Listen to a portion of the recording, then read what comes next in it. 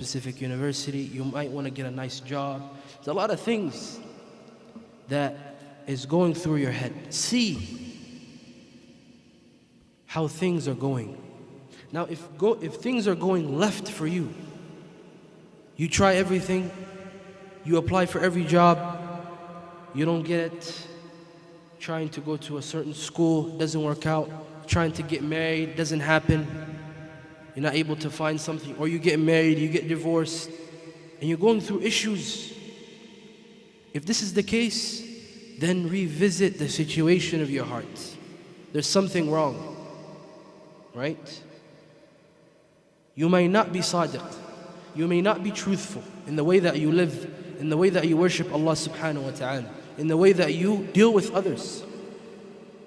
You may not be sincere. And Allah subhanahu wa ta'ala مثل هذا لا يوفق. Allah grants tawfiq to those who are truthful, those who are sincere. And this is something that we should all look into. And going back to the topic of tonight, which was going back to the hadith of the Prophet sallallahu alaihi wasallam, which is narrated by Abi Hurairah. The Messenger alayhi salatu wasalam, he said, إِنَّ اللَّهَ لَا يَنظُرُ إِلَى سُوَرِكُمْ وَلَا إِلَى أَجْسَامِكُمْ وَلَكِنْ يَنظُرُ, or in another riwayah, وَلَا إِلَى أَمْوَالِكُمْ وَلَكِنْ يَنظُرُ إيش إِلَى قُلُوبِكُمْ وَأَعْمَالِكُمْ. On the day of judgment, Allah subhanahu wa ta'ala will not look at how you look, your appearance, whether you're dark, whether you're light, whether you're tall, whether you're short, whether you're fat, whether you're skinny, whether you're buff, whether you're built, whether you have a big beard. It doesn't matter. Nor your wealth, nor how much money you had and how rich you were. I'm mentioning this because we live in a very materialistic world, a very materialistic time.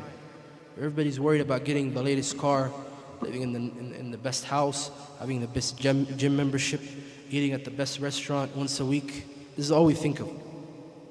But Allah subhanahu wa ta'ala doesn't care about all this. What did the Messenger sallallahu alaihi wasallam say?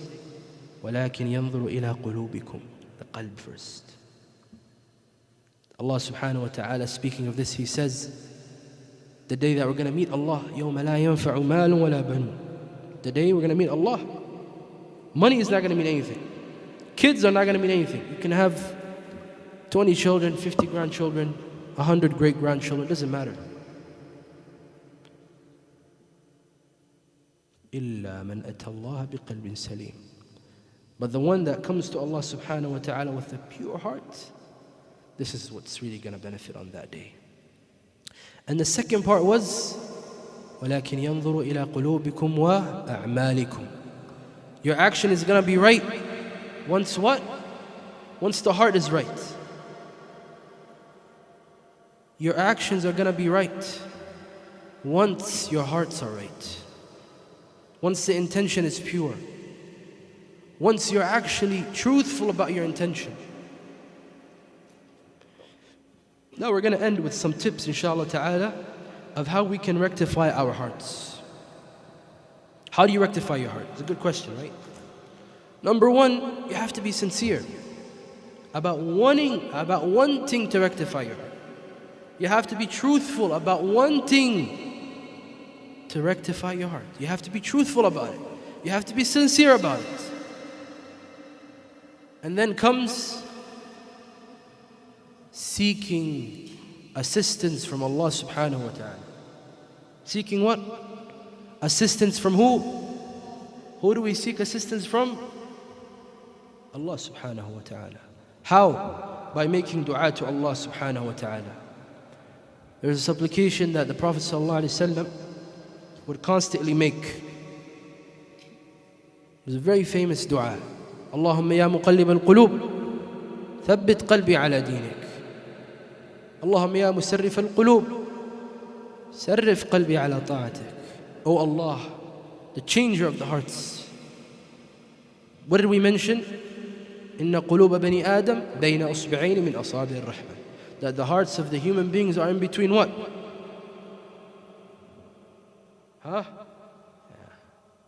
So, O Allah, the changer of the hearts, keep my heart firm. Ask Allah subhanahu wa ta'ala, O Allah, grant me a pure heart. Then comes loving Allah subhanahu wa ta'ala and drawing closer to Him. Loving Allah. Raise your hand if you love Allah. MashaAllah. Everybody does. But who really loves Allah? We're going to get to it. And how do you really how do you draw close to Allah subhanahu wa ta'ala? As a human being, every day that passes by, you get closer to your end. We all began one day, right? We all have a date of birth. Depends. Everybody was born on a certain date. So every day that goes, you get closer to your end. And the goal for a mu'min, a believer, is that every day that passes, in which you get closer to your end, you are closer to Allah subhanahu wa ta'ala that day than you were yesterday, and the day before it, and the years before. So how do you do this? How do you love Allah? And how do you draw close to Allah subhanahu wa ta'ala? Number one, by learning about Allah. Guys that just came in.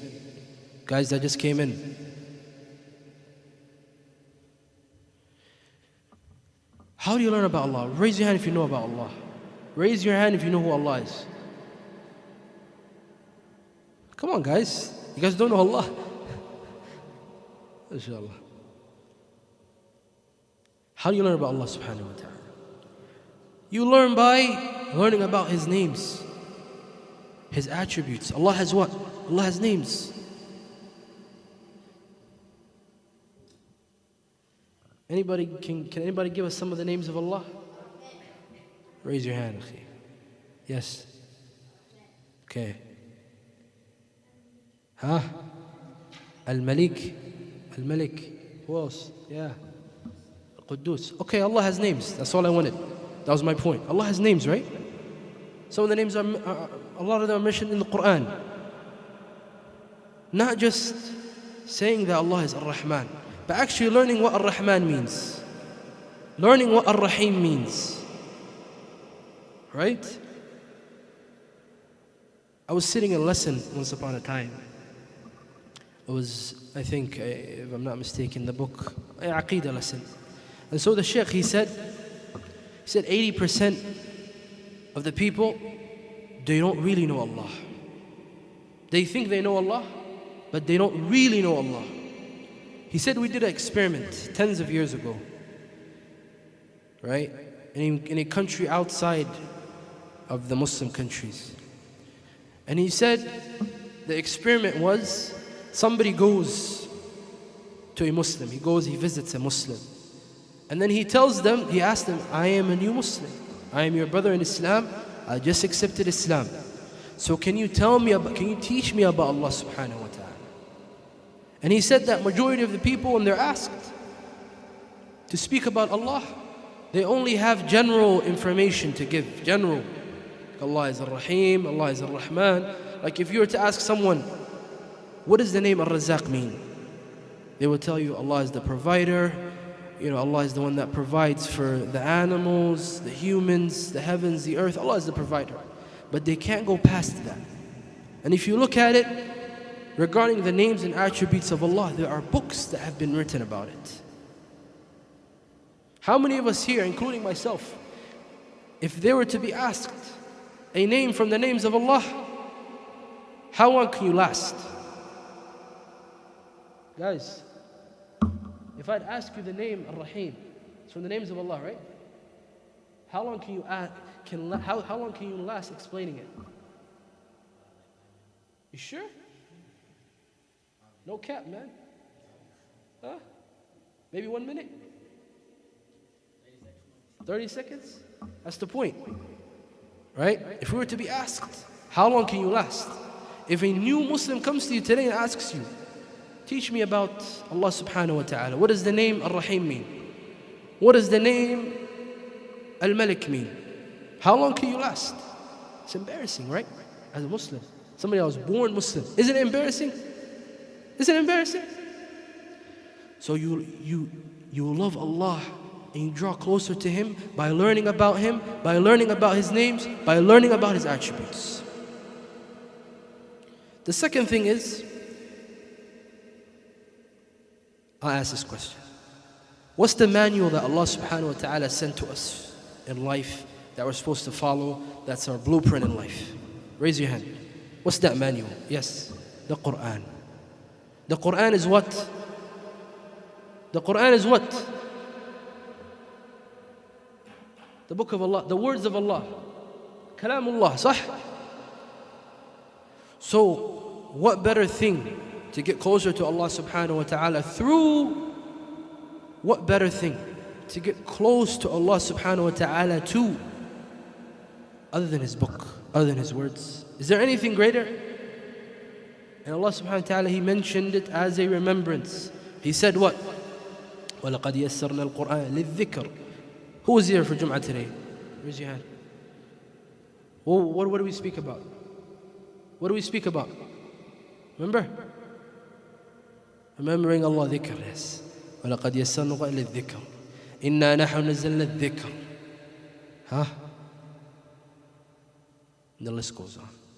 So there's no better thing to get closer to Allah subhanahu wa ta'ala to other than the Quran. So maintaining a relationship with the book of Allah. Raise your hand if you actually picked up the Quran and the Mus'haf today and you read. Even if it was one ayah. Maybe 20%. Raise your hand. I'm going to wrap up in the next 3 minutes. Raise your hand. Those who raise their hand now, do not raise your hand again. Raise your hand if you actually picked up the Quran. Maybe everybody read some Quran on the day of Arafah, right? After Arafah, did you actually pick up the Quran? Those who raised their hands that said they read the Quran today, they picked up the Mus'haf today and they read, do not raise your hand. Anybody else? Since the day of Arafah, I'm pretty sure everybody read some Quran on the day of Arafah. 4 people only. My point is, how do you expect to love Allah, to really love Allah, and to draw closer to Allah when this is your situation with His manual? What did we begin our kalam with? Our talk with? People are confused. They're confused about how they should live their lives.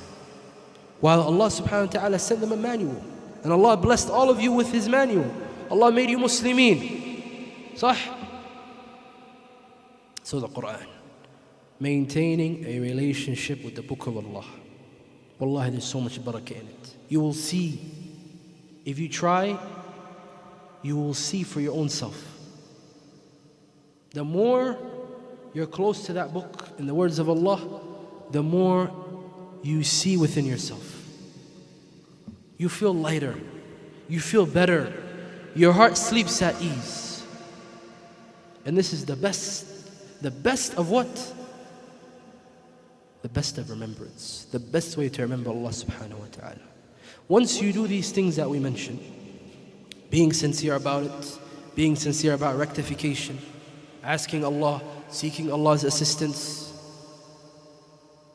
learning about Allah, His names, His attributes, maintaining a relationship with His book, with His manual, everything else will fall in place after. But these are the prerequisites. These are the prereqs. You have to start first. These are the conditions first. Everything else will fall in place after. Why? Allah subhanahu wa ta'ala told us. What did Allah say? Allah Azza wa Jal, وَالَّذِينَ جَاهَدُوا فِينَا لَنَهْدِيَنَّهُمْ سُبُلَنَا. You have to try first. Those who strive in our path,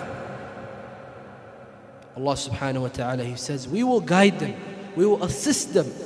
لَنَهْدِيَنَّهُمْ سُبُلَنَا. We will assist them in practicing.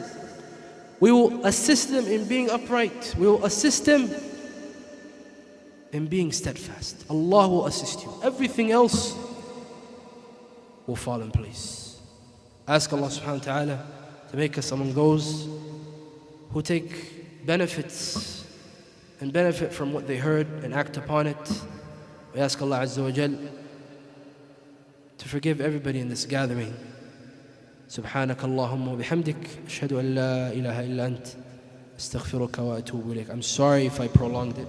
I just went like